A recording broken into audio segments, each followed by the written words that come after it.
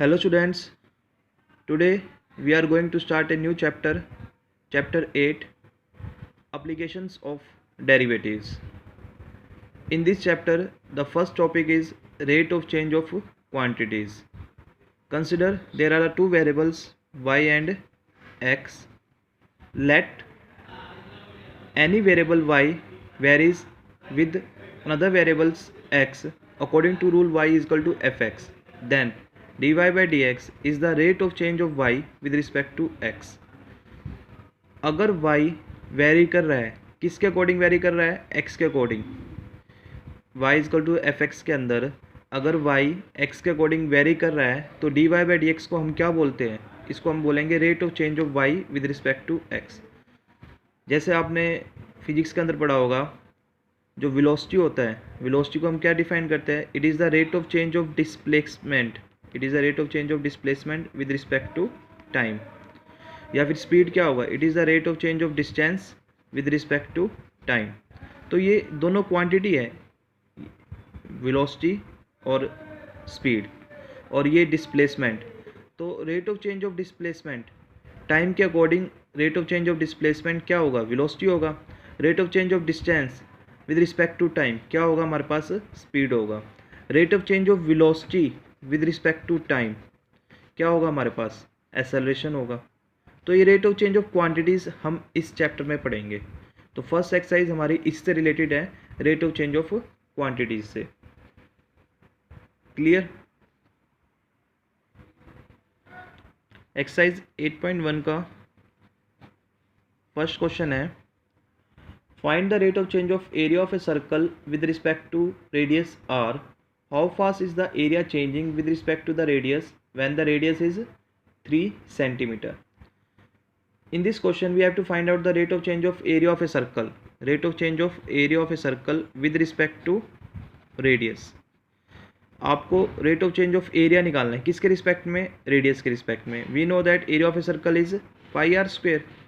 Now we have to find out d a by d r. हमें यहाँ पे ए का डेरिवेटिव करना होगा किसके रिस्पेक्ट में? आर के रिस्पेक्ट में. तो D a by d are. Pi constant है. अब आर स्क्वेयर का आर के रिस्पेक्ट में डेरिवेटिव क्या होगा? जैसे एक्स स्क्वेयर का आपने डेरिवेटिव पढ़ा है चैप्टर 7 में. तो एक्स स्क्वेयर का डेरिवेटिव क्या होता था? Derivative of x square is 2x. Whole power वाला रूल लगता था. तो ऐसे ही आर स्क्वेयर का डेरिवेटिव क्या होगा? 2r. तो 2 पाई आर क्या आ गया हमारे पास? It is the rate of change of area with respect to r. अब आपको इसकी यूनिट भी डिफाइन करनी है. तो एरिया की यूनिट क्या होती है? Centimetre square. और रेडियस की क्या होती है? सेंटीमीटर. लेकिन इसमें ये सेंटीमीटर वगैरह किसी में डिफाइंड नहीं है, तो इसलिए हम इसकी यूनिट अभी डिफाइन नहीं करेंगे. इसी में आगे क्या है? How fast is the area changing with respect to radius when the radius is 3 centimeter. किस रेट से रेडियस एरिया चेंज होगा? किस रेट से एरिया चेंज होगा? किसके रिस्पेक्ट में चेंज होगा? रेडियस के रिस्पेक्ट में. When r is 3 centimeter. When r is 3 centimeter. तो हमने rate of change of area with respect to radius तो निकाल लिया. कितना? 2 पाई आर. अब इसमें आर कितनी है? आर कितनी है इसमें? 3 centimeter. तो 2 पाई इंटू 3 कितना आ गया? 6 पाई. अब आप इसकी यूनिट डिफाइन करो, क्योंकि रेडियस सेंटीमीटर में दे रखी है. तो एरिया क्या है हमारे पास? एरिया की यूनिट क्या होगी? Centimetre square. और with respect to r divide by r है, तो आर की यूनिट क्या होगी? सेंटीमीटर. तो ये हमारे पास rate of change of area आ गया with respect to radius when r is equal to 3 centimeter. ऐसे इसका सेकंड क्वेश्चन है. सेकंड का फर्स्ट पार्ट है, a balloon which always remain spherical has a variable radius.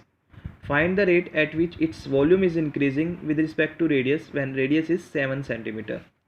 इस क्वेश्चन में जो बैलून की शेप दी गई है वो स्फेरिकल दी गई है. हमें क्या फाइंड आउट करना है? Rate of change of its volume with respect to radius when radius is 7 centimeter. We have to find out the rate of change of volume with respect to radius d v by d r. ये find out करना है.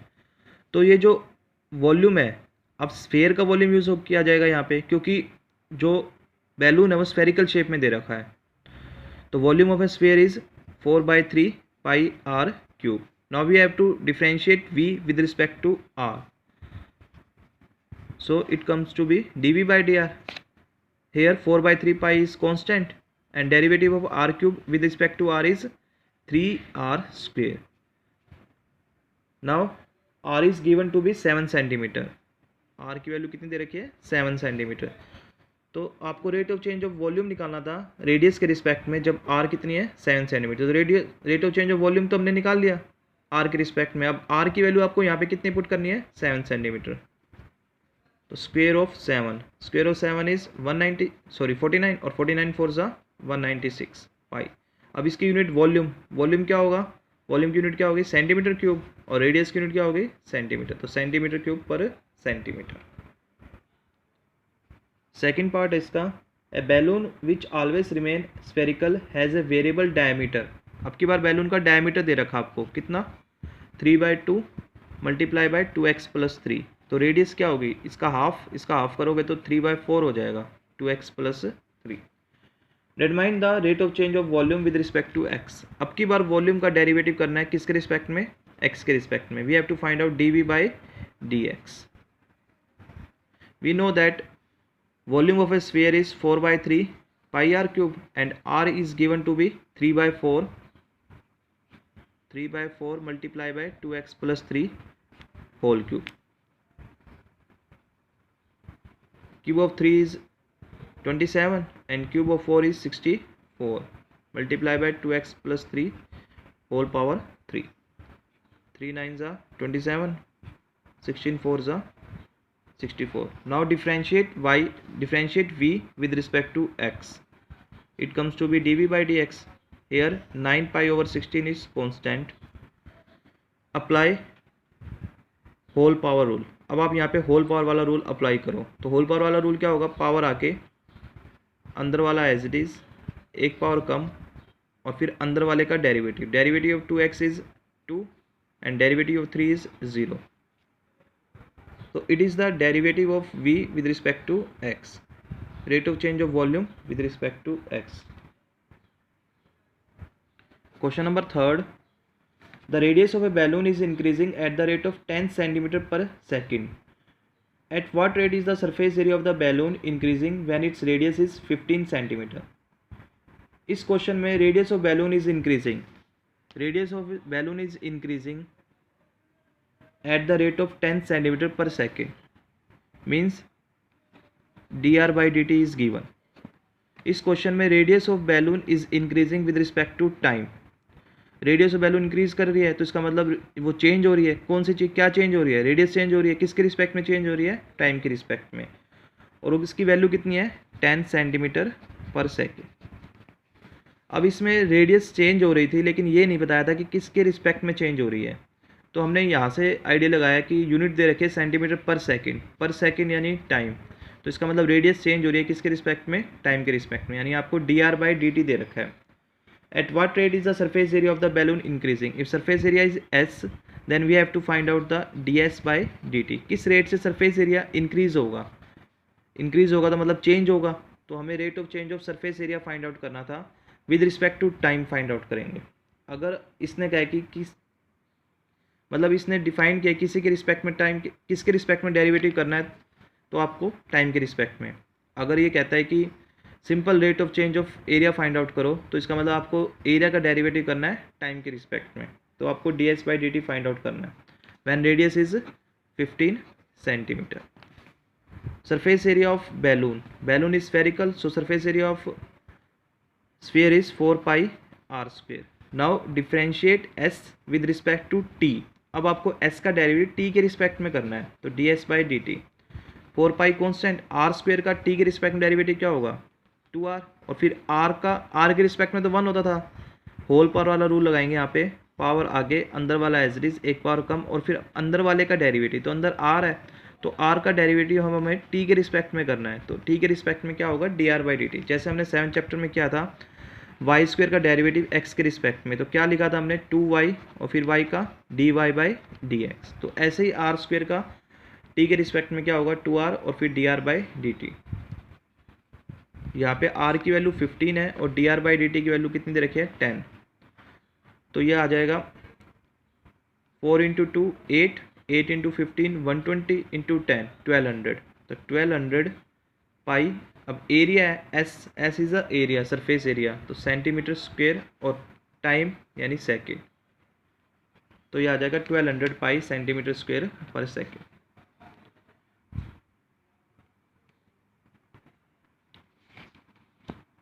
Now look at question number 9. The volume of a spherical balloon is increasing at the rate of 20 centimeter cube per second. Find the rate of change of its surface area at that instant when radius is 8 centimeter.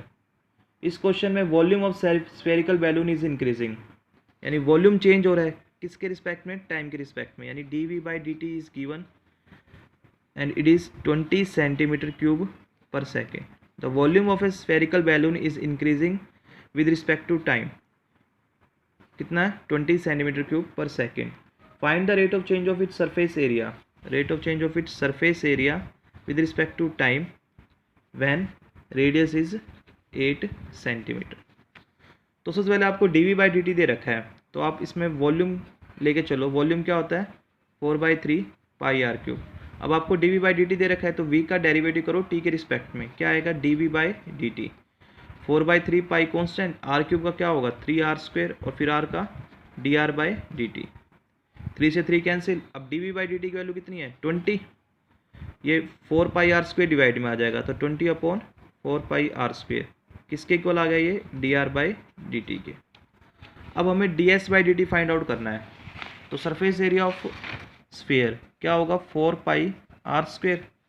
s का derivative करो t के respect में, तो ds/dt 4πr² का 2r और फिर dr/dt 4π multiply by 2r. dr/dt is given to be 20/4πr². 4 से 4 cancel, पाई से पाई कैंसिल, एक आर से एक आर कैंसिल, तो ये आ गया 40/r.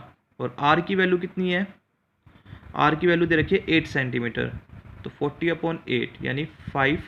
अब s है तो s की यूनिट क्या होगी सेंटीमीटर स्क्वायर, तो सेंटीमीटर स्क्वायर पर second. Question number 11. The area of an expanding rectangle is increasing at the rate of 48 centimeter square per second. The length of the rectangle is equal to the square of the breadth. At what rate is the length increasing at the instant when breadth is 4.5 centimeter? इस question में area of rectangle is increasing. तो rectangle का area अगर a है यानी a change हो रहा है किसके रिस्पेक्ट में, टाइम के रिस्पेक्ट में, और क्या वैल्यू दे रखी है 48 सेंटीमीटर स्क्वायर पर second. The length of the rectangle is equal to the square of the breadth.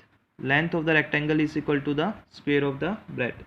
At what rate is the length increasing? किस रेट से लेंथ इंक्रीजिंग होगी, यानी आपको dl/dt फाइंड आउट करना है. When breadth is 4.5 centimetre. तो ये जो वैल्यू गिवन होती है ब्रेथ, जैसे इस क्वेश्चन में r की वैल्यू थी, ये वैल्यूज आपको डेरिवेटिव करने के बाद रखनी है.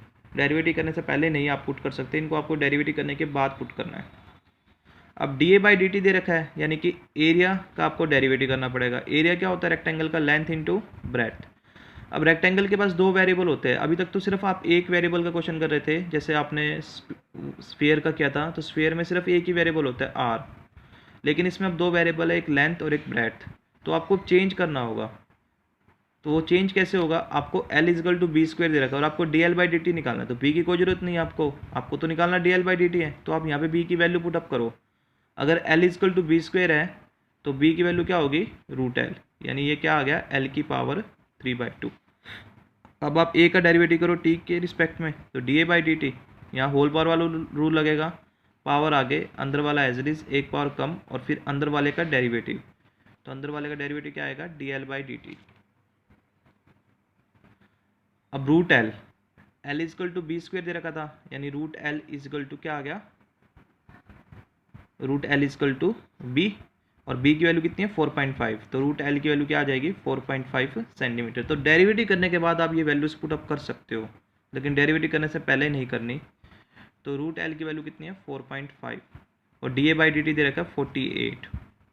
तो dl/dt, तो यहाँ से dl/dt आ जाएगा आपका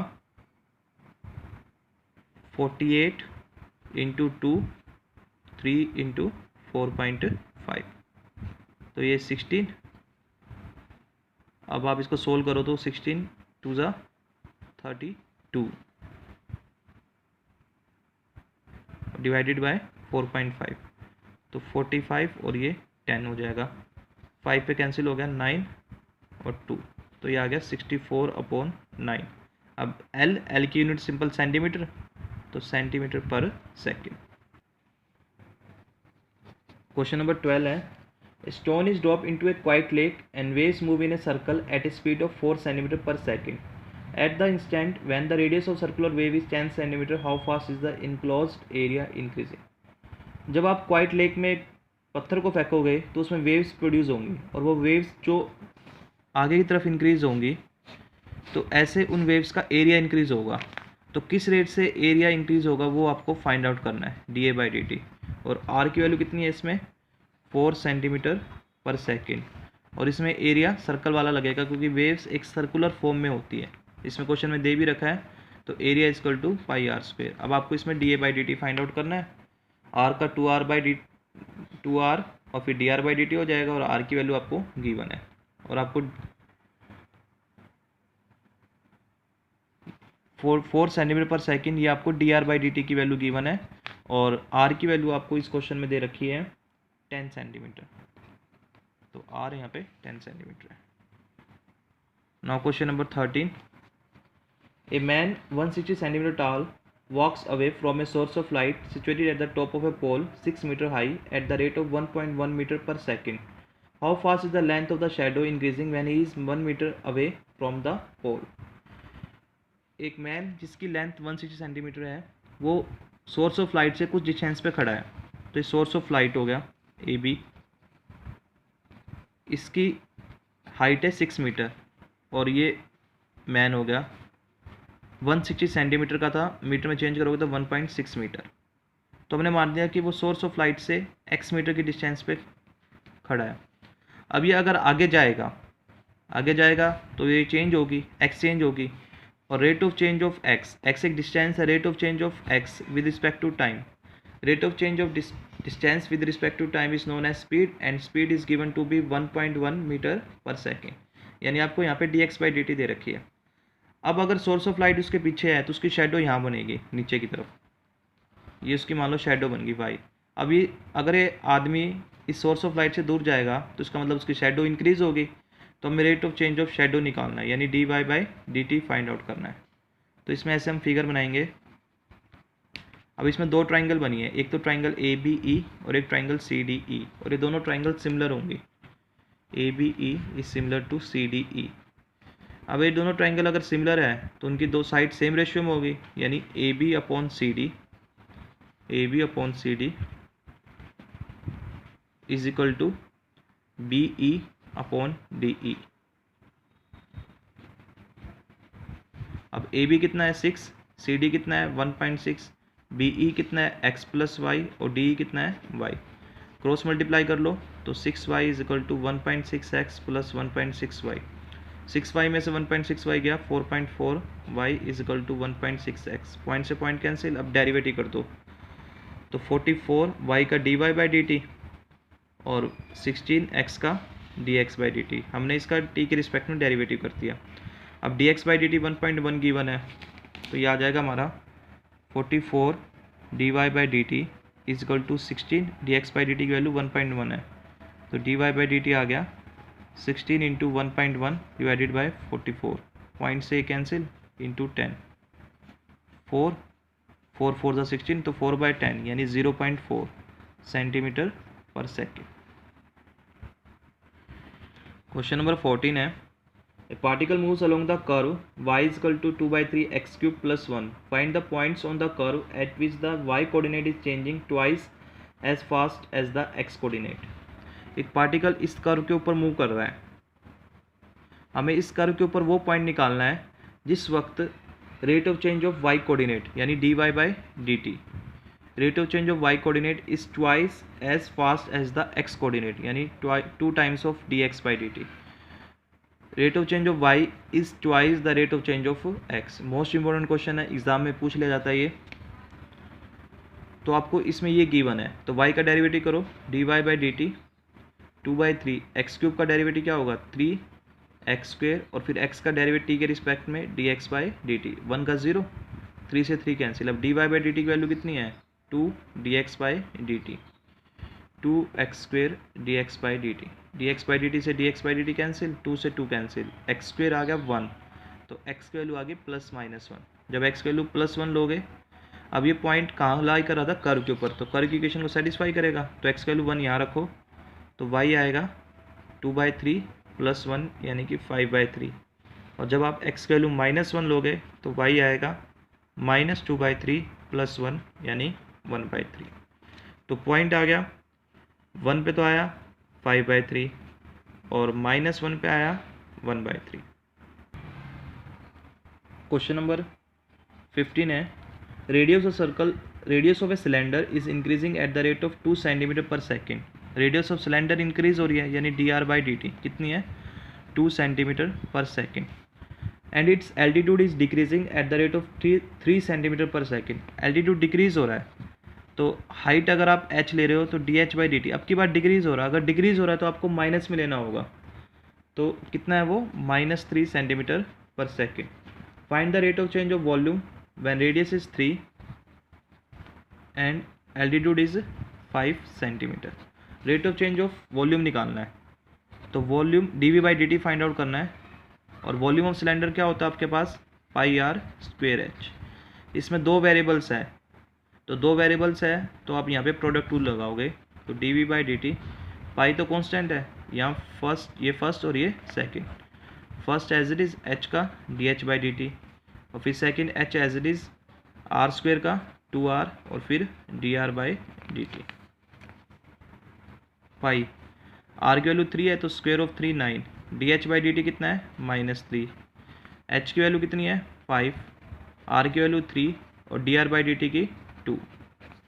तो सोल्व करोगे इसको, -27, 5 2 10, 10 3 33, 33 10 3 30, 32 60, तो ये आ गया 33 पाई, वॉल्यूम है centimetre cube per second. Last question, question number 16, water is dripping out from a conical funnel at a uniform rate of 4 centimetre cube per second. एक कॉनिकल फनल है और उसमें से पानी बाहर निकल रहा है, तो पानी बाहर निकल रहा है तो यानी इसका वॉल्यूम चेंज हो रहा है, तो वॉल्यूम चेंज हो रहा है यानी किस रेट से चेंज हो रहा है, 4 सेंटीमीटर क्यूब पर सेकेंड। अब पानी बाहर निकल रहा है तो यानी इसका वॉल्यूम डिक्रीज़ हो रहा है, तो वॉल्यूम डिक्रीज़ हो रहा है तो इसलिए आपको यहाँ पे माइनस में लेना होगा इसको, dv/dt -4 centimetre cube per second. Through a tiny hole at the vertex in the bottom, मतलब बॉटम में एक टीनी होल है, वहाँ से पानी बाहर निकल रहा है। When the slant height of the water is 3 centimetre, conical funnel है तो उसकी स्लैंट हाइट होगी, यानी L कितना दे रखा है, 3 centimetre. Find the rate of decrease of the slant height of the water, अगर पानी बाहर निकल रहा है तो किस रेट से उसकी स्लैंट हाइट डिक्रीज होगी, यानी dl/dt फाइंड आउट करना है आपको। Given that vertical angle of the funnel is 120 degree, vertical angle कितना है, 120 डिग्री। तो इस क्वेश्चन में इस तरीके से फिगर बनेगा, ये कॉनिकल फनल होगी, इसमें पूरा पानी भरा हुआ है और यहाँ पे होल है, तो होल में से पानी बाहर निकल रहा है, ये इसकी स्लैंट हाइट होगी, रेडियस होगी r और हाइट होगी इसकी h। वर्टिकल एंगल पूरा 120 डिग्री का है, ये पूरा एंगल 120 डिग्री का है, लेकिन हम सिर्फ इतना यूज़ करेंगे, तो ये हाफ हो जाएगा, यानी कितने डिग्री का, 60 डिग्री का। अब वॉल्यूम गिवन है इसका, dv/dt गिवन है, तो वॉल्यूम ऑफ कौन क्या होता है, 1/3 πr²h, लेकिन मुझे dl/dt फाइंड आउट करना है, तो हमें r और h का कोई यूज़ नहीं होगा, तो r और h को आप L में कन्वर्ट करो और वो वैल्यू यहाँ पुट करो। तो r और h L में कन्वर्ट कैसे होंगे, बाय ट्रिग्नोमेट्रिक रेशियोज। तो इस ABC ट्राइंगल में ये एंगल है और ये 90 डिग्री का एंगल है, तो एंगल के अपोजिट परपेंडिकुलर होती है और परपेंडिकुलर के अपोजिट हाइपोटेन्यूज होती है, तो ये हाइपोटेन्यूज होगी, ये परपेंडिकुलर हो गया और ये बेस हो गया। तो सबसे पहले आप लो परपेंडिकुलर अपॉन हाइपोटेन्यूज, तो क्या होगा, perpendicular upon hypotenuse sine theta यानी साइन 60 डिग्री, और साइन 60 डिग्री की वैल्यू क्या होती है, √3/2, तो ये आ गया √3/2 L। अब आप लो base upon hypotenuse, h/L, base upon hypotenuse क्या होगा, कोस थीटा, तो h की वैल्यू आ गई, cos 60 होता है 1/2 L/2, तो h और r को दोनों को मैंने L की फॉर्म में कन्वर्ट कर दिया। अब ये वैल्यू आप यहाँ रख दो, तो v आ जाएगा 1/3 पाई, r की वैल्यू आई है √3/2 L और उसका स्क्वायर, और h की वैल्यू आई है L/2। तो ये आ जाएगा 1/3 पाई √3/2 का स्क्वायर 3/4 L³ और 2, 3 से 3 कैंसिल, तो ये आ गया पाई L³/8। अब आप v का डेरिवेटिव करो t के रिस्पेक्ट में, तो dv/dt पाई/8 कॉन्स्टेंट और L³ का क्या होगा 3L² और dl/dt। dv/dt की वैल्यू -4 = पाई अपॉन 8 और L की वैल्यू कितनी है, L दे रखा है यहाँ पे 3, तो 3 का स्क्वायर 9 इंटू में dl/dt। तो dl/dt आ जाएगा हमारे पास -32 डिवाइडेड बाय 27 पाई। L हो गया सेंटीमीटर पर सेकेंड।